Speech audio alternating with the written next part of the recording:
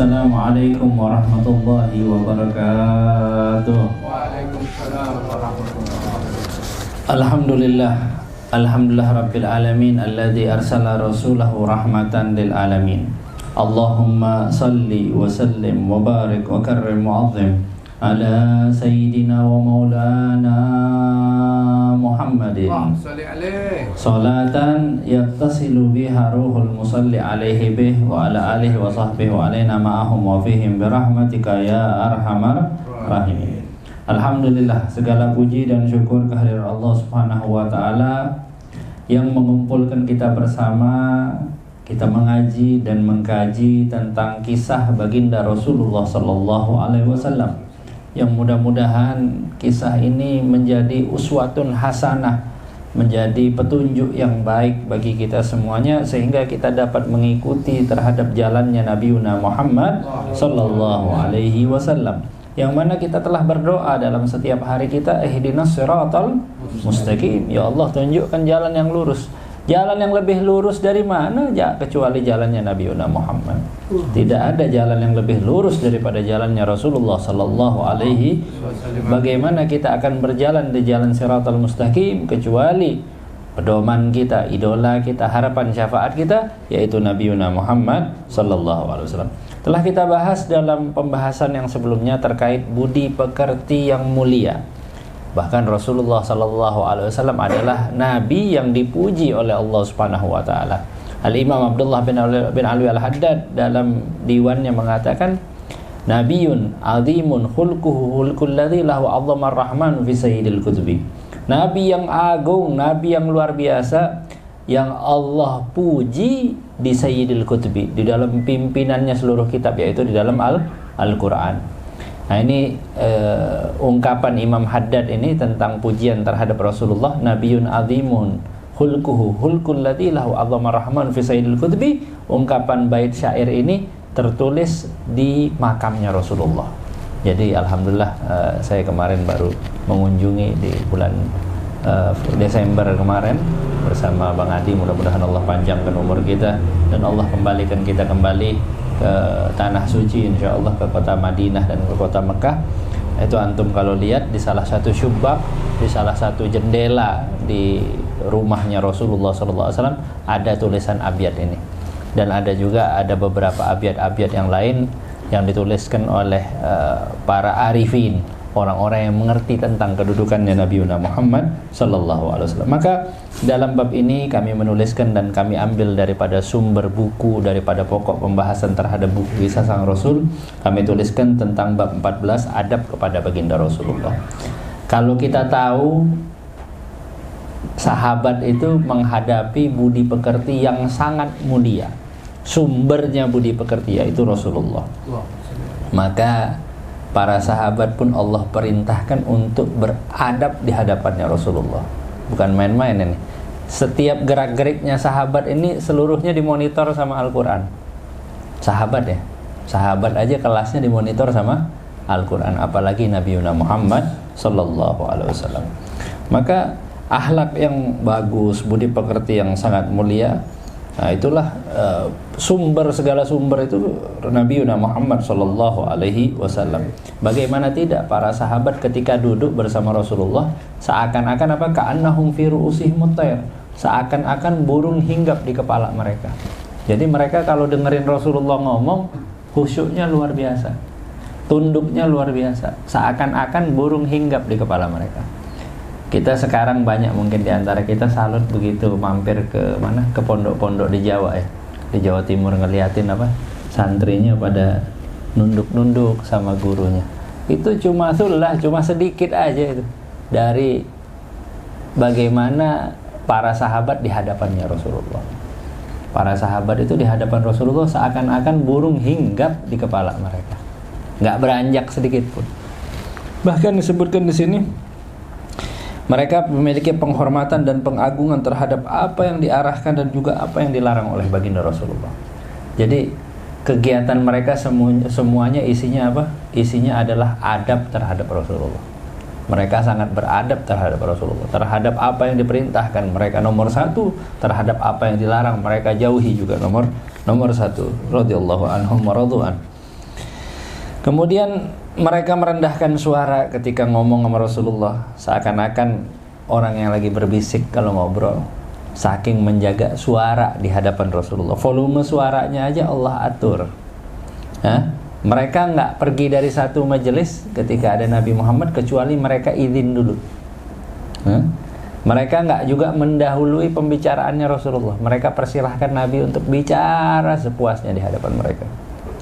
Dan mereka tidak pernah mendahului pekerjaan apapun yang dikerjakan oleh Nabi Muhammad SAW. Dan mereka beramal sesuai apa yang diarahkan dan diberikan petunjuk oleh Nabi Muhammad SAW. Bahkan para sahabat ini diperintahkan langsung melalui ayat-ayat di dalam Al-Quran. Allah perintahkan contohnya di dalam surat Al-Hujurat, ya ayyuhalladzina amanu la tuqaddimu baina yadayillahi wa rasulihi wattaqullaha innahu samiun alim. Wahai orang-orang yang beriman, janganlah engkau mendahului Allah dan Rasulnya. Allah, segala kegiatan nggak boleh didahului kecuali Rasulullah udah nyuruh, baru tuh boleh. Saking Allah jaga benar bagaimana kehidupan para sahabat, nggak bisa sembarangan. Karena yang mereka temani ini adalah sebaik-baiknya makhluk, sebaik-baiknya utusan, sebaik-baiknya guru yang ada di muka bumi ini. Maka Allah pilihkan juga sahabat sebaik-baiknya sahabat, seloyal-loyalnya sahabat terhadap Nabi Muhammad sallallahu alaihi wasallam.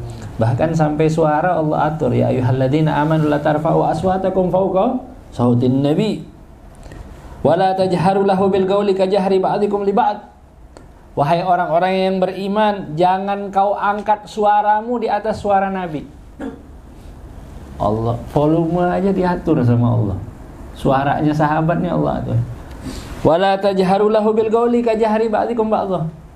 Jangan kalian bersuara keras sebagaimana suara kalian di antara kalian. Kalau kita kan biasa manggil biasanya. Oi, Mat, oi, siapa? Oi, Jang, misalnya Ujang. Jang.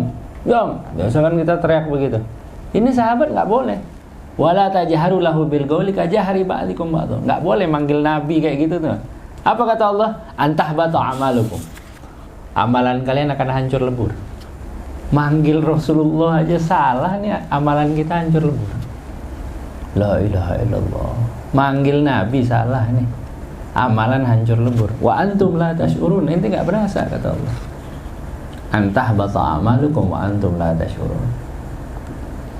Makanya di antara adabnya Imam Malik bin Anas waktu itu ada orang datang ngamuk-ngamuk depan beliau. Ngamuk-ngamuk jadi mana di Masjid Nabawi. Kata beliau, jangan ente angkat suara di sini kata dia. Kenapa? Ini kita di hadapan Rasulullah kata dia. Allah turunkan ayat, ya ayyuhalladzina amanu la tarfa'u aswatakum fawqa sautin nabi. Sampai segitunya. Itulah para alim ulama pewaris Nabi Muhammad sallallahu alaihi wasallam. Dan mereka juga diajarkan oleh Allah Subhanahu wa taala bagaimana memanggil baginda Rasulullah.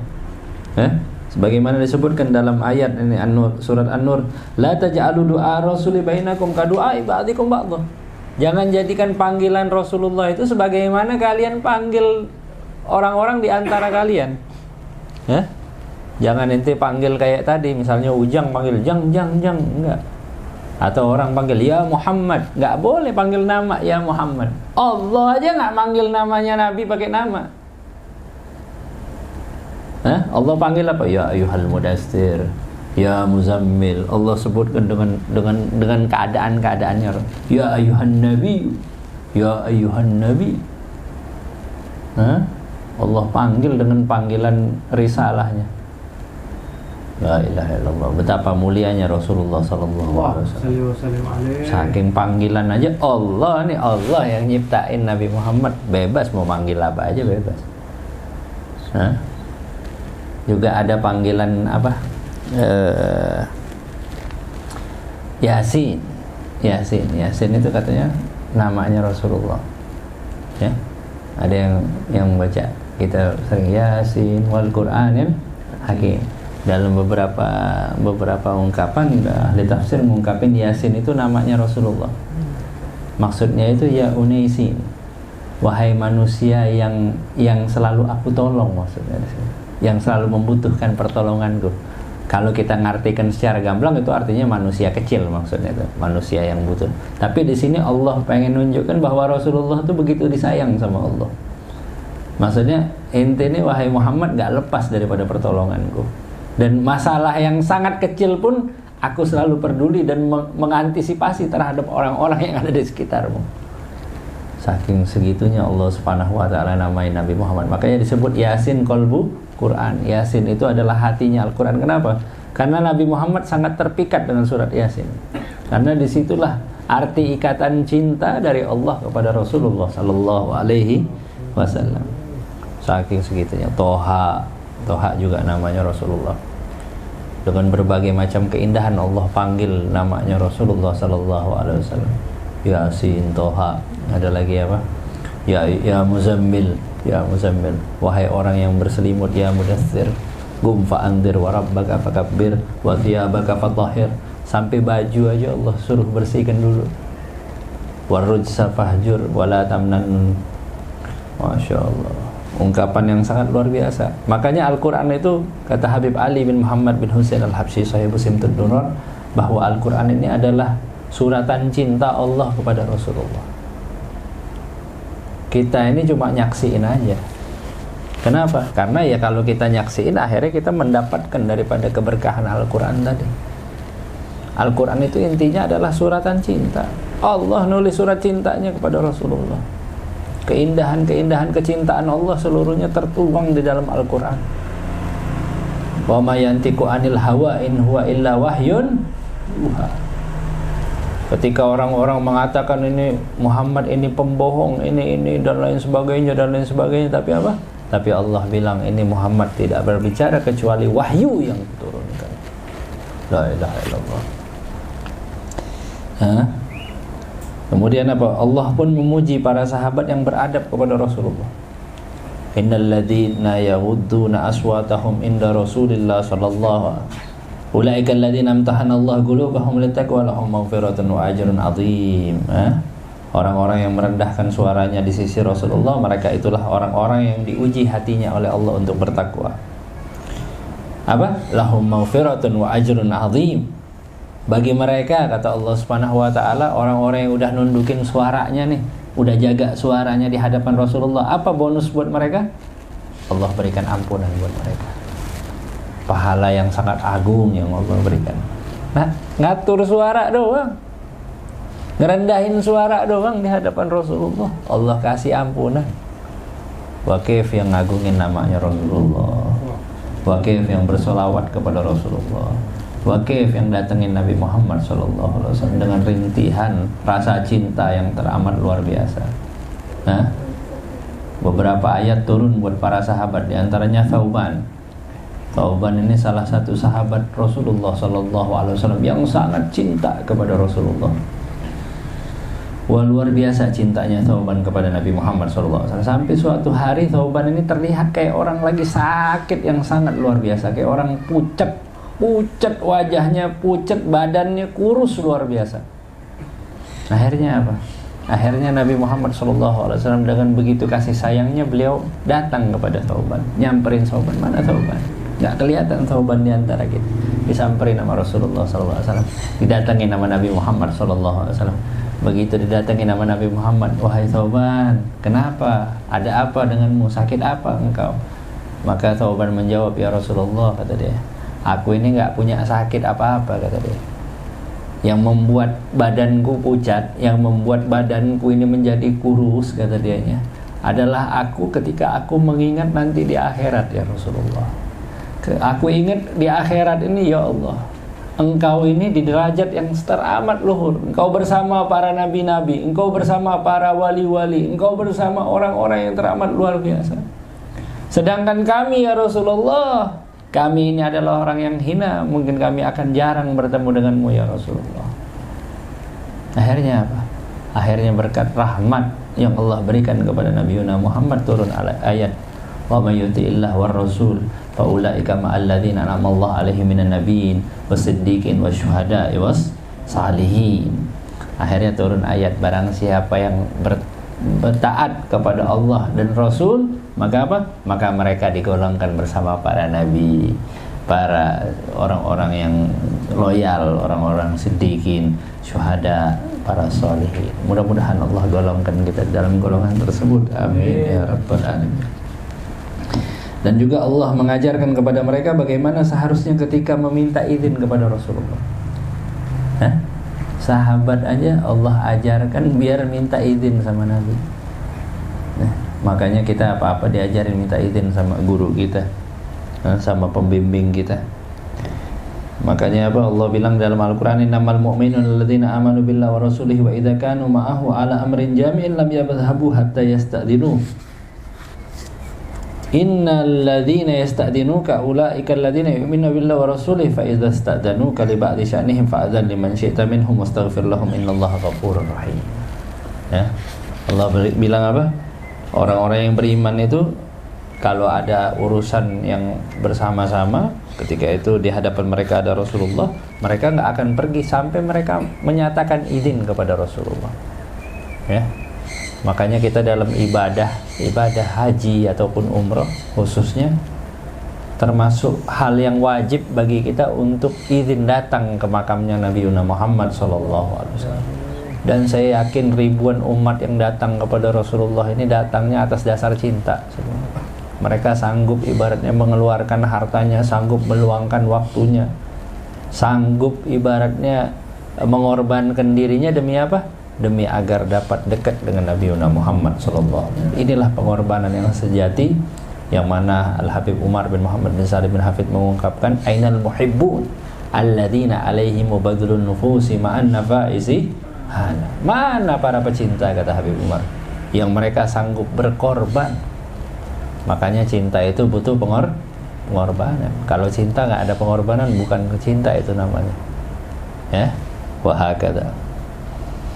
Dan ini ada salah satu cerita kami sampaikan dalam tulisan kami Kisah Sang Rasul ini tentang Urwah bin Mas'ud Ats-Tsaqafi, yang mana dia datang kepada baginda Rasulullah pada hari peperangan Hudaybiyah, dan dia melihat bagaimana para sahabat mengagungkan Rasulullah, para sahabat memuliakan Rasulullah, ya, bahwa mereka ini nggak ngambil air untuk bersuci kecuali air yang dipakai sama Rasulullah SAW, dan tidaklah jatuh satu helai rambut Rasulullah kecuali para sahabat berebut ngambil daripada rambut tersebut.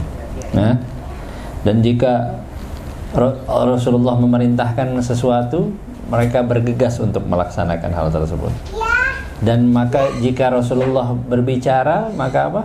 Maka mereka akan diam 1000 bahasa mendengarkan. Dan mereka semuanya ketika Rasulullah berbicara tidak pernah menatap wajah Rasulullah. Saking apa? Saking haibah, saking mereka merasakan bagaimana wibawanya Nabi Muhammad SAW. Maka Urwah ini ketika datang ke kaum Quraisy, ya ma'syara Quraisy, wahai para kaum Quraisy, ketahuilah aku ini udah datang ke Kisra, ke Persia, melihat bagaimana kerajaan Persia dengan keagungannya.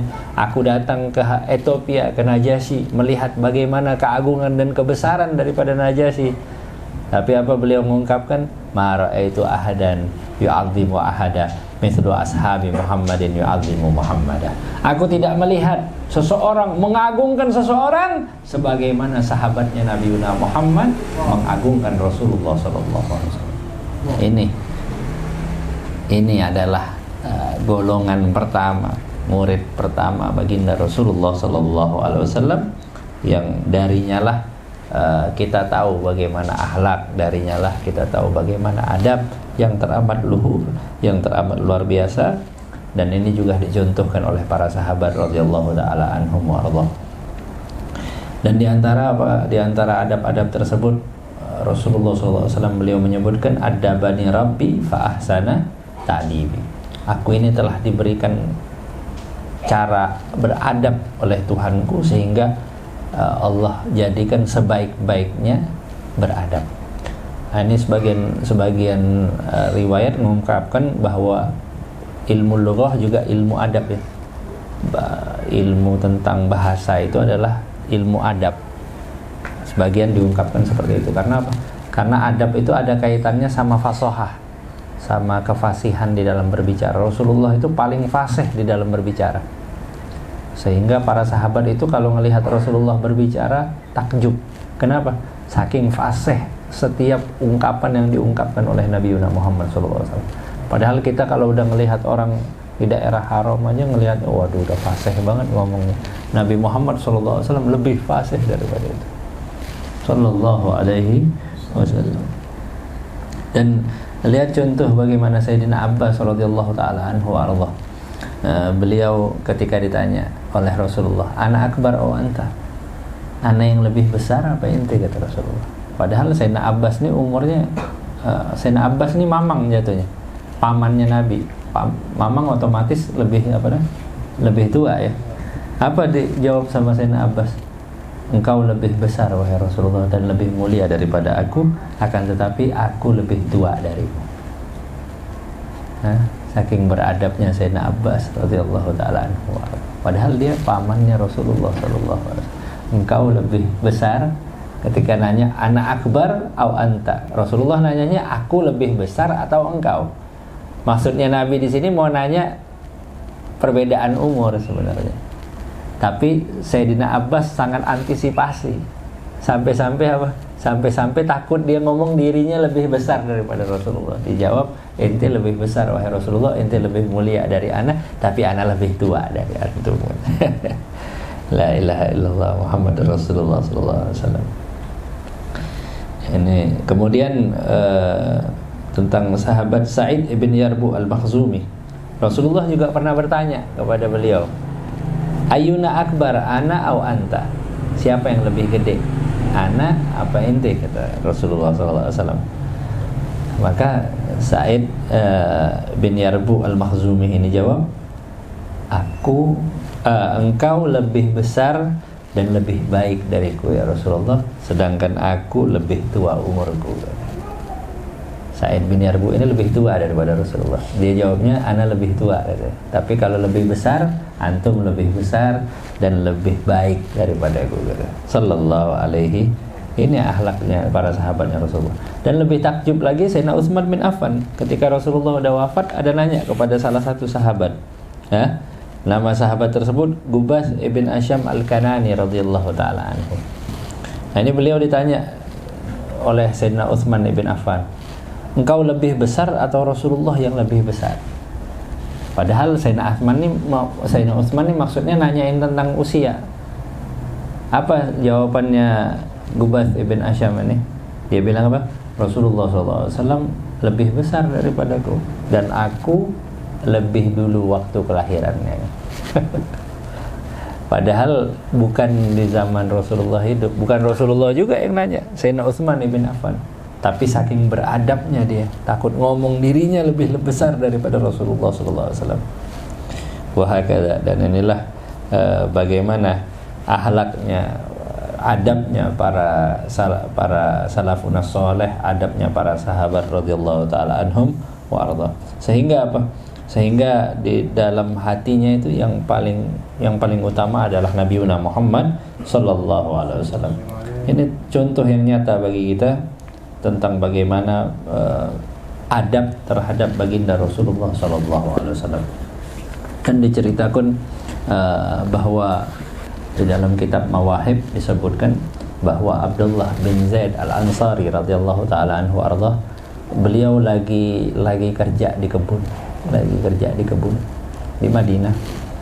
Begitu datang akhirnya anaknya ngabarkan Rasulullah meninggal, Rasulullah wafat. Apa ini, sahabat langsung ngangkat kedua tangannya, doa, ya Allah katanya, tolong ini mata saya dibutakan ya Allah, biar aku udah nggak bisa melihat kekasihku lagi, butain mata ini kan. Dijabah sama Allah, Allah cabut daripada matanya, nggak bisa ngelihat sampai dia meninggal. Kenapa, kata dia? Buat apa ini fungsi mata, kata dia, kalau seandainya di dunia ini aku tidak dapat melihat wajahnya Nabi Muhammad SAW. Saking gitu cintanya para sahabat kepada Rasulullah SAW. Mudah-mudahan Allah tambahkan cinta kita kepada Nabi Muhammad SAW. Dan insyaAllah minggu depan ataupun pembahasan berikutnya kita akan membahas tentang pengagungan terhadap Nabi Muhammad SAW. Mudah-mudahan Allah jadikan hati kita hati yang selalu mengagungkan terhadap Rasulullah SAW. Amin ya rabbal Amin ya rabbal amin ya rabbal Maulaya salli wa sallim